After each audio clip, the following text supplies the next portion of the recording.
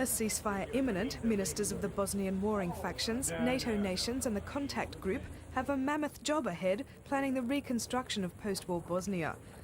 Their meeting in Rome was the first step in addressing peace issues. The man who brokered the truce reported to the conference on the results of his 7 weeks crisscrossing the Balkans, which ultimately led to an agreement. Richard Holbrooke warned that a ceasefire didn't mean peace was around the corner. The conference heard European peace envoy Bildt's formula for rebuilding a nation shattered by civil war. He says reconstruction leads to reconciliation, and just as there's the need to reintegrate the displaced people into a new Bosnian nation, Bosnia also needs to be reintegrated into Europe, and could be with entry to the group of G8 nations. Holbrooke cleared up the question of which body will implement the ceasefire. He says it'll be UNPROFOR's responsibility. The international NATO force, which will enforce the peace and which will include non-NATO nations in it,